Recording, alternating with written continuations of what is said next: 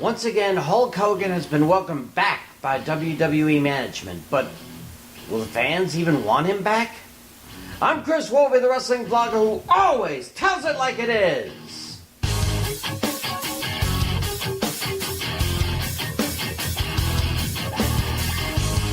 Before I start, I'm going to say that I went 8.5 and 3.5 for Extreme Rules. The half comes from Bobby Lashley winning, but not by disqualification like I thought. Okay, on with my rant. Hulk Hogan, the man who put the WWE on the map in the mid-80s, left for WCW after SummerSlam 93. He was welcomed back in 2002 after, WWE bought WCW. In mid-2003, he left to join TNA for a brief time, but was welcomed back in 2005 and admitted into the Hall of Fame. He then left for a longer spell in TNA, but again was welcomed back in 2014 to plug the WWE Network and host WrestleMania 30. Then in mid-July 2015, reports of an interview with the National Enquirer surfaced where he rebuffed his daughter Brooke dating and apparently having sex with an African American. Hogan admitted to being a racist to a point and said, quote, "effing N-words." When this got to WWE headquarters, Mr. McMahon, being Lord High Chamberlain of the company, not only fired Hulk Hogan, he pulled his DLC from the latest WWE 2K game, he removed the Hulk Hogan's Rockin' Wrestling episodes that were just added to the network, and, weirdest of all, he actually had Hulk Hogan removed from the Hall of Fame. That last part surprised me when I read about it last week. I didn't think anybody could be removed from a Hall of Fame once they got in. I mean, if Terry Bradshaw had the N-word slip during Fox NFL Sunday, I'm sure they'd fire him, but they wouldn't take his bust out of Canton, right? But Vince is the great and powerful boss, and if he wants someone removed completely from all but the on-demand pay-per-views, then by God, that's gonna happen.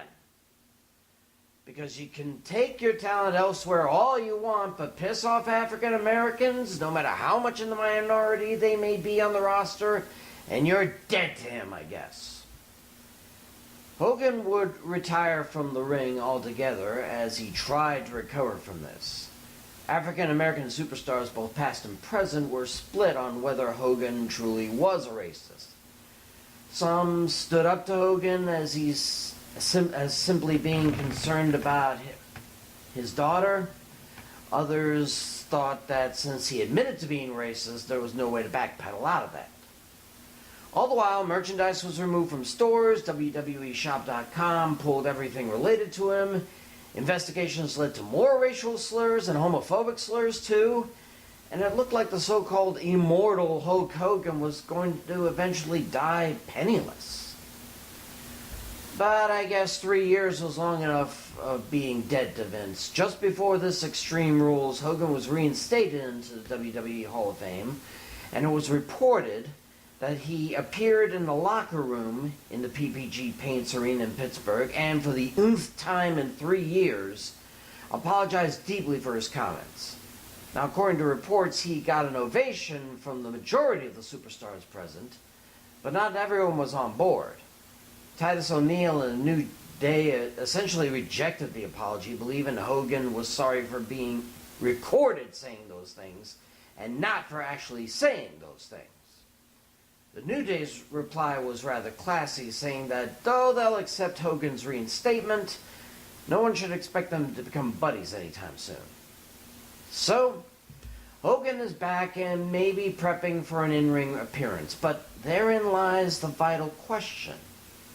Will the WWE Universe accept his return?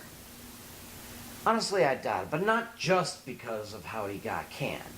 See, when I first got into wrestling, Hogan was the end-all, beat-all of the WWE, and he was that way for nearly a decade. And when he left to join WCW, I was already fairly tired of him constantly getting the WWE Championship when others deserved their run. He had started to lag without the title, so what good would he be with one?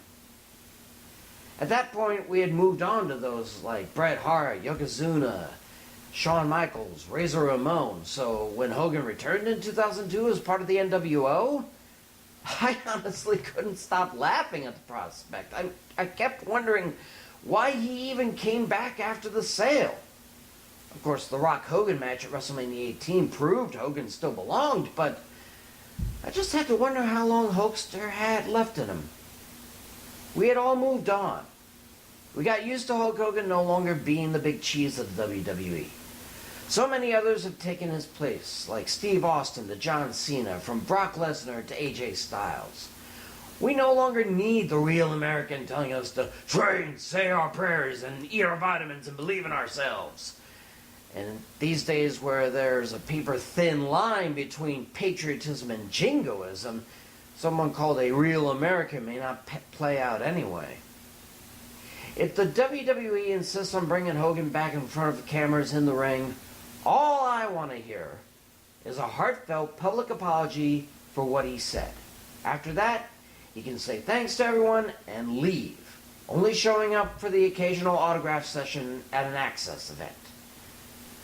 Hulk Hogan stood next to the mountain and, in trying to chop it down with the edge of his hand, ended up causing an avalanche that probably should have buried him for good. We were all fine without him over the last 3 years, but apparently Vince didn't want the man who brought his company fame and fortune to starve. Either that, or he felt he could still squeeze a little more blood from his stone. Either way, while I didn't think he deserved to be removed from the Hall of Fame, I think that we can all do without him on camera or in any of the press. Hogan, just go back to being just plain Terry Boella. Husband, father, former reality show star, divorcee, and to a point, apologetic racist.